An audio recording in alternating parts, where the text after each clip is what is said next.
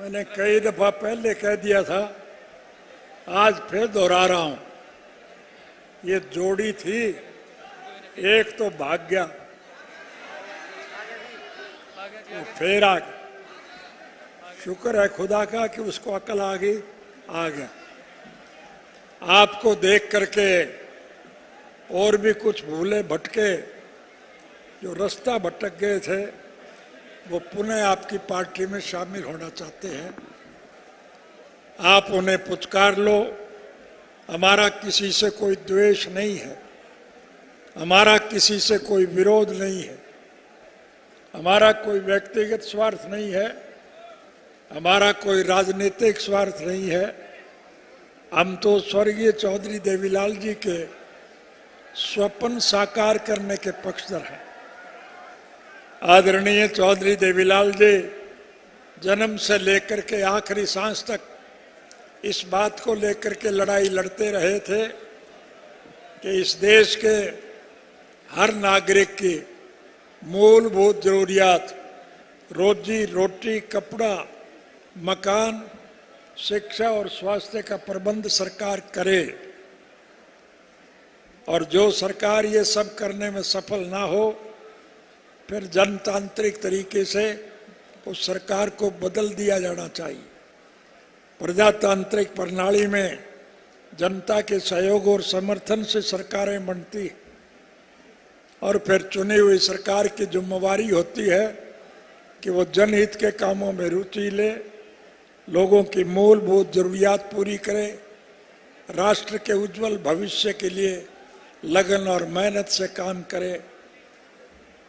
लेकिन जो सरकार ये सब ना करे, उस सरकार को बदल देना चाहिए। सरकारें तो बदलती रहती हैं,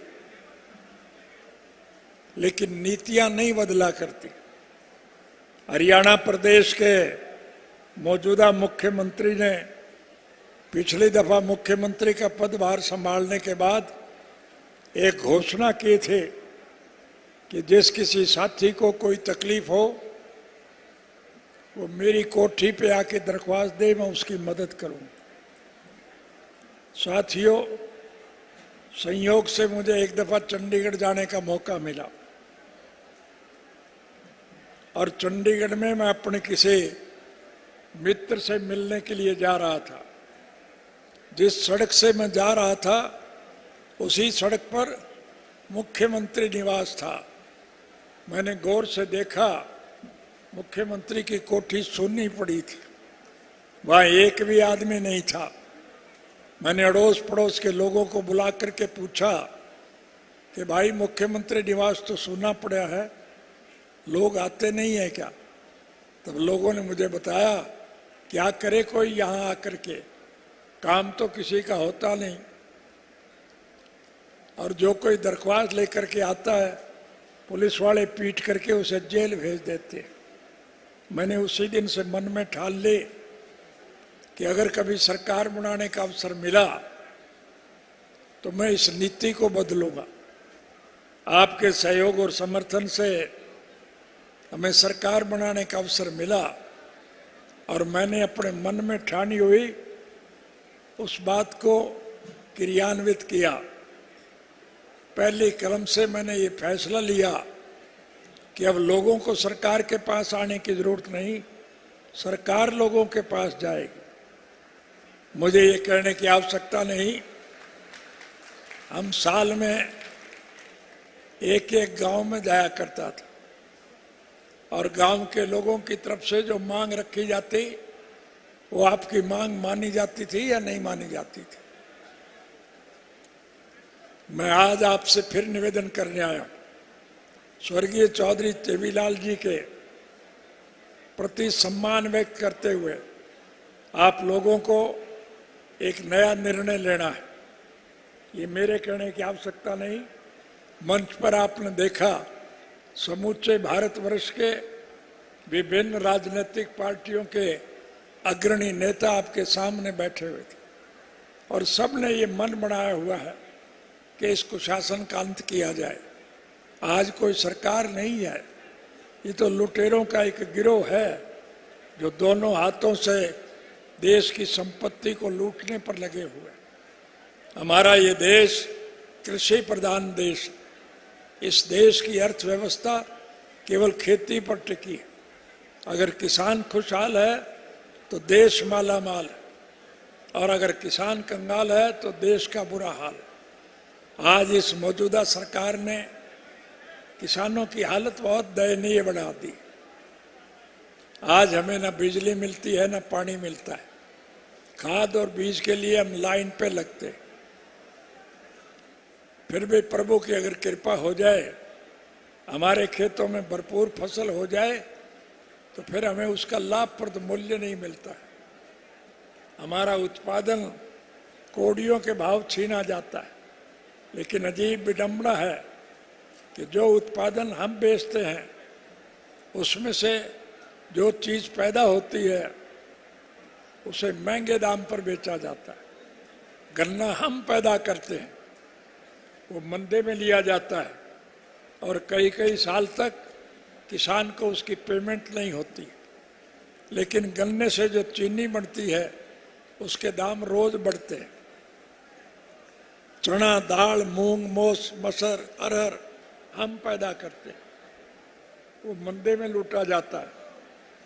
लेकिन उसमें से जो दाल बनती है वो बाजार में महंगी बिकती है। सरसों, तारा मीरा, तोरिया, अड़सी हम पैदा करते हैं, वो मंडी में ली जाती है। लेकिन उसमें से जो तेल निकलता है वो महंगा बिकता है। हम ट्रैक्टर से खेती करते हैं, उसका डीजल का भाव रोज बढ़ता है। लेकिन हवाई जहाज में जो तेल जलता है वो रोज मंदा होता है, क्योंकि उसमें पूंजीपति वर्ग के लोग सफर करते हैं। ये सरकार लुटेरों की सरकार है। इस प्रकार के कानून बनाती है जिससे इस देश का पैसा मुट्ठी भर बड़े उद्योगी घराने उनके पास चला जाए और वहां से ये लूट के खाते हैं। इसलिए मैं आपसे निवेदन कर रहा हूं, आज परिस्थितियां बदल गई। बदले हुए हालात को ध्यान में रख करके हम सबको एक निर्णायक लड़ाई लड़नी पड़ेगी। दोस्तों, मुझे दुनिया के 152 मुल्कों में जाने का अवसर मिला है। सैर सपाटा करने के लिए नहीं, मैं हर मुल्क के राजनीतिक, आर्थिक और सामाजिक हालात की जानकारी हासिल करने के लिए गया था। विश्व के हर मुल्क में जाकर के मुझे एक बात को देख करके बहुत प्रसन्नता हुई कि समूचे विश्व के स्तर पर भारतवर्ष एक अनूठा देश है, जहाँ सभी धर्म और मजहब के मानने वाले लोग, सभी जाति के लोग आपसी प्रेम, प्यार और भाईचारे से रहते हैं। हिंदू, मुसलमान, सिख, ईसाई, चमार, धानक, वाल्मीकि, रेगर, खटीक, खाती, कुमार, लुहार, सुनार, मणिहार, नाई, तेली, धोबी, मोचे, ब्राह्मण, बनिया, व्यापारी, कर्मचारी, कारखानेदार और मजदूर, किसान और कमेरा, आज इस देश का हर नागरिक इस कुशासन से दुखी है, परेशान है। जेल से रिहा होने के बाद मैं सबसे पहले उन साथियों का आभार व्यक्त करने के लिए गया जो पिछले 1 साल से भी लंबे अरसे से गर्मी सर्दी की परवाह किए बिना, बारिश की परवाह किए बिना, भूखे प्यासे दिल्ली के चारों तरफ सड़कों पर डेरा जमाए बैठे हैं। इसलिए धरने पर बैठे हैं ताकि केंद्र की सरकार की तरफ से बनाए गए ये 3 काले कानून जो किसान विरोधी हैं उन्हें वापस लिया जाए। प्रधानमंत्री इस बात पर बजित थे कि बने हुए कानून कभी वापस नहीं होते, लेकिन वो बधाई के पात्र हैं और मैं उन बहादुरों को बधाई दूंगा जिन्होंने दृढ़ निश्चय के साथ एक प्रण लिया कि हम मर जाएंगे लेकिन जब तक ये 3 काले कानून वापस नहीं होंगे हम धरने से पीछे नहीं हटेंगे। आखिर झक मार करके प्रधानमंत्री को झुकना पड़ा, वो 3 काले कानून वापस लिए और किसानों से माफी मांगी। संगठन में बहुत शक्ति है, इसलिए मैं आज आपसे फिर निवेदन करने आया कि इन बिगड़े हुए हालात को ठीक करने के लिए हम सबको इकट्ठे होकर के एक लड़ाई लड़नी, और लड़ाई में आपको सफलता मिले, इसके लिए मैं आपसे एक ही बात कहना चाहता हूं। आज की इस मौजूदा सरकार ने स्वर्गीय चौधरी देवीलाल जी के बनाए हुए उस वृद्धावस्था कानून को मिटाने का काम किया। उन बुजुर्गों की पेंशन काटी गई। मैं उन बूढ़े बुजुर्गों को यह आश्वासन देना चाहता हूं, सरकार निश्चित रूप से आपकी बनेगी, और जब आपकी सरकार बनेगी तो जो पेंशन आपकी काटी गई है उसका सारा पैसा मैं ब्याज के हम आपके पास भिजवाने का काम करें। और मैं घोषणा करता हूं कि सरकार बनने के बाद वृद्धावस्था पेंशन 10,000 रुपये माहवार हम करने का काम करें। हम महिलाओं को अलग से 1,000 रुपया प्रति माह के हिसाब से देंगे। बेरोजगार युवकों को रोजगार देने का प्रदान किया जाएगा। पढ़े लिखे युवाओं को सम्मान भत्ता 21,000 रुपया दिया जाएगा। हमारी सरकार बनने पर 1 साल के अंदर अंदर हम SYL नहर का निर्माण करेंगे और आपकी प्यासी धरती को पूरा पानी देने का काम करेंगे। गरीब लोगों को अनेक प्रकार की सुविधाएं प्रदान करेंगे। कृषि काले कानून के विरोध में जो साथी शहीद हुए हैं, उन किसानों की यादगार के तौर पर हम एक स्मारक जलियांवाला बाग की तर्ज पर वहां बनाएंगे, ताकि हर आदमी को ये गर्व महसूस हो और वो प्रेरणा ले सके। ई-नेम ट्रेनिंग प्रणाली को समाप्त किया जाएगा और आढ़ती भाइयों की निर्धारित कमीशन को बरकरार रखते हुए 3% उनकी दर की जाए। हर मंडी में ये प्रावधान किया जाएगा कि सभी फसलें केवल मंडी में ही खरीद और बेची जाए। किसानों की उपज न्यूनतम समर्थन मूल्य पर खरीदी जाए, उसके लिए कानूनी गारंटी देने के लिए केंद्र सरकार को मजबूर किया जाए। स्वर्गीय चौधरी देवीलाल जी ने हम सब के लिए जो काम किए हैं, उनको अगर मैं गिनाने लगूंगा तो बहुत समय लग जाए, लेकिन मैं इनसे एक ही बात कहना चाहूँगा कि सब धरती कागज करो, लेखनी सब बन रहा है, 7 समुद्र की मसी करूं, देवीलाल के गुण लिखे न जाए। कि सारे देश के कागज इकट्ठे किए जाए, सारे दरख्तों को काट करके कलम बनाई जाए, सारे समुद्र के पानी की शाही बनाई जाए, तो अभी देवीलाल के गुण लिखे नहीं जा सकते। उस व्यक्ति के जितने गुण थे, आज उनको इस सरकार ने मलियामेट करने का काम किया। जिस सरकार के राज में 2014 में केंद्र की सरकार में 56 करोड़ 51 लाख रुपए का कर्ज था, आज 8 वर्षों में ये कर्जा बढ़कर 139 लाख करोड़ हो गया है। कर्ज का ब्याज चुकाने के लिए कर्ज लिया जाता है, कर्मचारियों को तनख्वाह देने के लिए कर्ज लेना पड़ता है। हर पैदा होने वाला बच्चा अपने सर के ऊपर 2 लाख का कर्जा लेकर के पैदा होता है। हरियाणा प्रदेश में जब हमारी सरकार गई थी, हमने सरकार के खजाने में हजारों करोड़ रुपया छोड़ा था। आज हरियाणा सरकार के सर के ऊपर 2.5 लाख करोड़ से ज्यादा का कर्जा है। उन कमबख्तों से पूछना कि ये कर्जा किस बात का है। विकास के नाम पर कहीं एक ईंट नहीं लगी। जो सड़कें हमारे सरकार के वक्त में बनी थी, आज वो टूट गई, उनकी मरम्मत तक नहीं हो रही। बिजली और पानी का अभाव है। खाद और बीज के लिए हम लाइन में लगे रहते। हमारी उपज का हमें लाभप्रद मूल्य नहीं मिलता है। जरूरियात जिंदगी की चीजों के दाम निरंतर बढ़ते जाते हैं। ट्रैक्टर से हम खेती करते हैं, डीजल का भाव रोज बढ़ता है, लेकिन हवाई जहाज में जो तेल जलता है उसके दाम रोज कम होते हैं।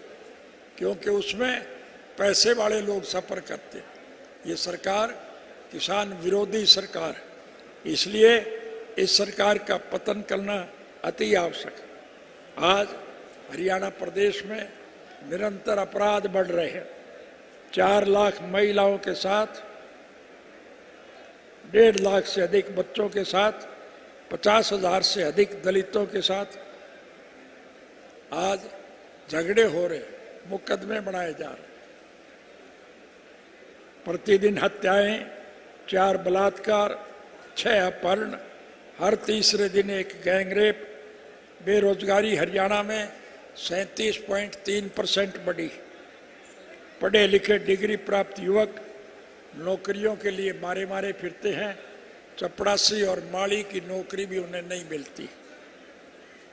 एनसीआरबी की 2021 की रिपोर्ट के अनुसार 42,000 दिहाड़ीदार मजदूर, हरियाणा में 535 दिहाड़ीदार मजदूरों में आत्महत्या की है। विजय माल्या, ललित मोदी, मेहुल चोकसी व नीरव मोदी जैसे कई लोग लाखों करोड़ रुपए बैंकों से लेकर विदेशों में जाकर के बस गए।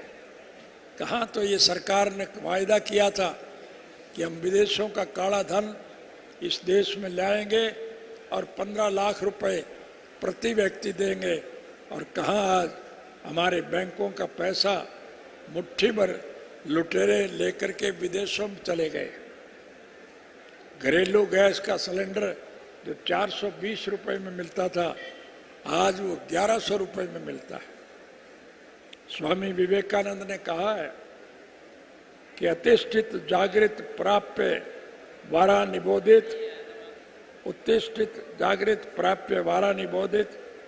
उठो जागो और तब तक मत रुको जब तक अपने लक्ष्य तक ना पहुंच जाओ।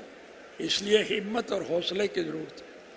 आपकी हिम्मत और हौसले से देश में राजनीतिक बदलाव आएगा, और जब राजनीतिक बदलाव आएगा तो फिर आपको सारी सहूलियात मिलेगी। हमारी सरकार के वक्त में 3,206 बच्चों को जो हमने नौकरी दी थी, उसकी वजह से मुझे 10 साल की सजा काटनी पड़ी थी। जिन बच्चों को हमने नौकरी दी उनकी तो तरक्की हो गई, लेकिन नौकरी देने वाले को 10 साल की सजा काटनी पड़ी। अब के मैं आपसे वायदा करके जा रहा हूं, राज बना लो। जब आपकी सरकार बनेगी तो हम हर बच्चे को निःशुल्क शिक्षा देंगे, कोई पैसा खर्च नहीं होगा। और पढ़ने वाला बच्चा यदि बीमार हो जाए तो उसका मुफ्त में इलाज कराएंगे, और पढ़े लिखे युवक को उसकी योग्यता के मुताबिक नौकरी देंगे। हर बच्चे को नौकरी देंगे। किसी योग्य बच्चे के माँ बाप ने किसी मजबूरी में वोट चाहे कहीं भी दिया हो, हम उसमें वोट की राजनीति का दखल नहीं माने। हम हर बच्चे को नौकरी देंगे। 3206 बच्चों को नौकरी देने की वजह से मुझे 10 साल की सजा हुई थी। अब के मैं लाखों बच्चों को नौकरी दूंगा, चाहे बाद में मुझे फांसी टूटना पड़े। मुझे उसकी कोई प्रकाश टुकाड़ा जिंदाबाद जिंदाबाद जिंदाबाद। इसलिए मैं आपसे निवेदन करना हूं, हिम्मत और हौसला कायम रखो। आपसी प्रेम प्यार और भाईचारे से मिलजुल कर देश के इस दूषित वातावरण को बदलने में अहम भूमिका निभाओ। आज समूचे विश्व की निगाह आप पर टिकी है। आपकी हिम्मत और हौसले के हर साथी इंतजार में बैठे हैं।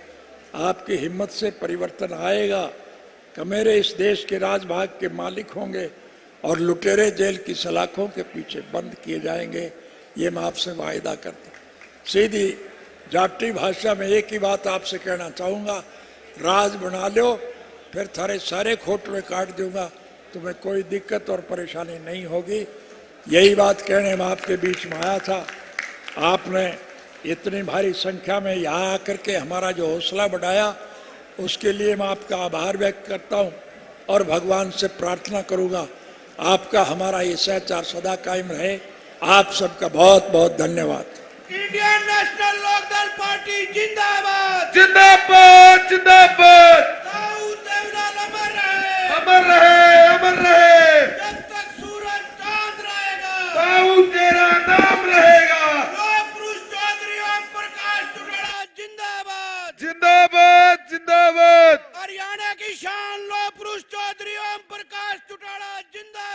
जिंदाबाद जिंदाबाद